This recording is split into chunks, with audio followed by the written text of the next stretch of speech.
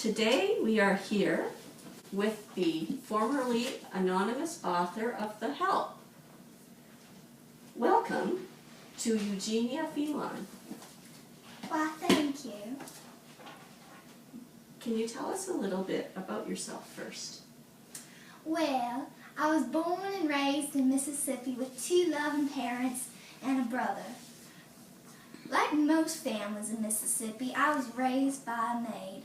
She worked for us for 20 years. Wow, that's very interesting.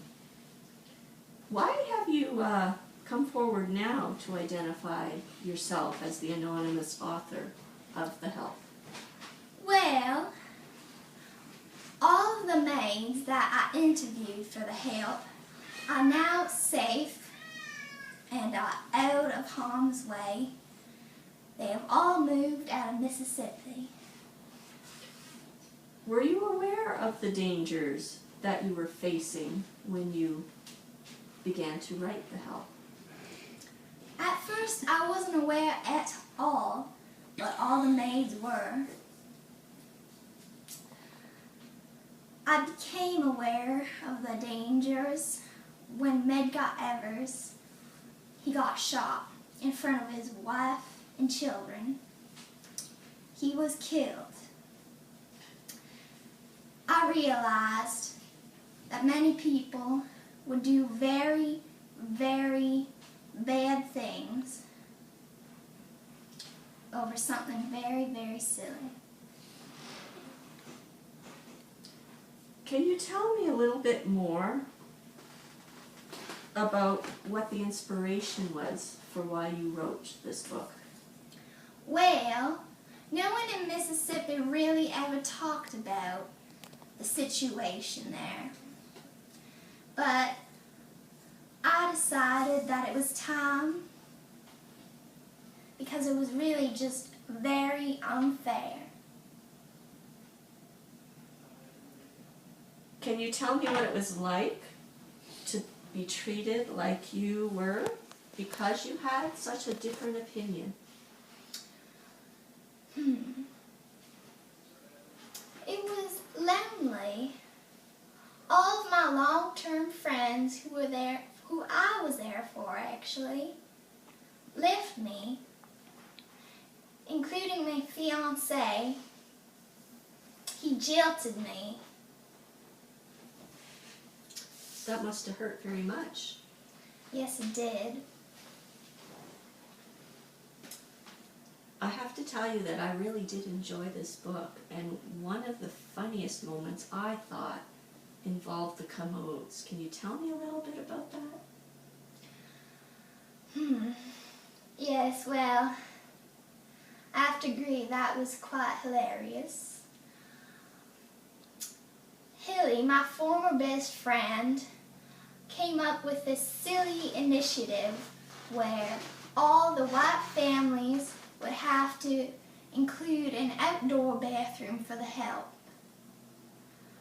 So, she told me to write this in the newsletter, so I did. But when I was supposed to drop off all the old coats over at her house, I wrote commodes. Why exactly did Healy want to have separate bathrooms for the colored and the white people?